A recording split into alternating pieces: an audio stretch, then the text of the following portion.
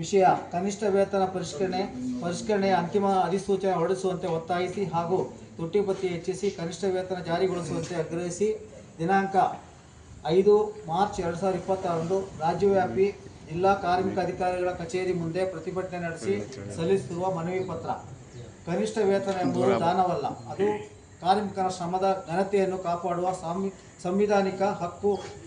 1990ರಲ್ಲಿ ಭಾರತ ಸರ್ವೋಚ್ಚ ನ್ಯಾಯಾಲಯ ಐತಿಹಾಸಿಕವಾದ ಲೆಪ್ಟಾಕೋಸ್ ಬ್ರೆಡ್ ತೀರ್ಪಿನಲ್ಲಿ ಕನಿಷ್ಠ ವೇತನವು ಬದುಕಲು ಪೂರಕವಾದ ವೇತನ ಆಗಿರಬೇಕು ಎಂದು ಮಹತ್ವ ತೀರ್ಪು ನೀಡಿದೆ. ಒಂದು ಕುಟುಂಬದ ಮನುಷ್ಯ ಬದುಕು ನಡೆಸಲು ಅವಶ್ಯಕವಾದ ಆಹಾರ, ಉಡುಪು, ವಸತಿ, ಶಿಕ್ಷಣ, ಆರೋಗ್ಯ ಇತ್ಯಾದಿ ಅಗತ್ಯವಾದಷ್ಟು ವೇತನ ದೊರೆಯಬೇಕೆಂದು ವೈಜ್ಞಾನಿಕವಾದ ಮಾರ್ಗಸೂಚಿಯನ್ನು ನೀಡಿದೆ. ದುಡಿಯುವ ಪ್ರತಿಯೊಬ್ಬ ವ್ಯಕ್ತಿ 2700 ಕ್ಯಾಲೋರಿ ಪೌಷ್ಟಿಕಾಂಶ ವರ್ಷಕ್ಕೆ, ಇಡೀ ಕುಟುಂಬಕ್ಕೆ 72 ಗಜ ಬಟ್ಟೆ, ಮನೆ ಬಾಡಿಗೆ, ಇದಲ್ಲದೆ ಇಂಧನ ಮತ್ತು ಬೆಳಕಿನ ವ್ಯವಸ್ಥೆಗಾಗಿ ಶೇಕಡ 20% ಹಾಗೂ ಮಕ್ಕಳ ಶಿಕ್ಷಣ, ವೈದ್ಯಕೀಯ ಅವಶ್ಯಕತೆಗಳಿಗಾಗಿ ಶೇಕಡ 25% ಸಂಭಾವನೆಯು ಕನಿಷ್ಠ ವೇತನದಲ್ಲಿ ಒಳಗೊಂಡಿರಬೇಕೆಂದು ನ್ಯಾಯಾಲಯವು ಸೂಚಿಸಿದೆ.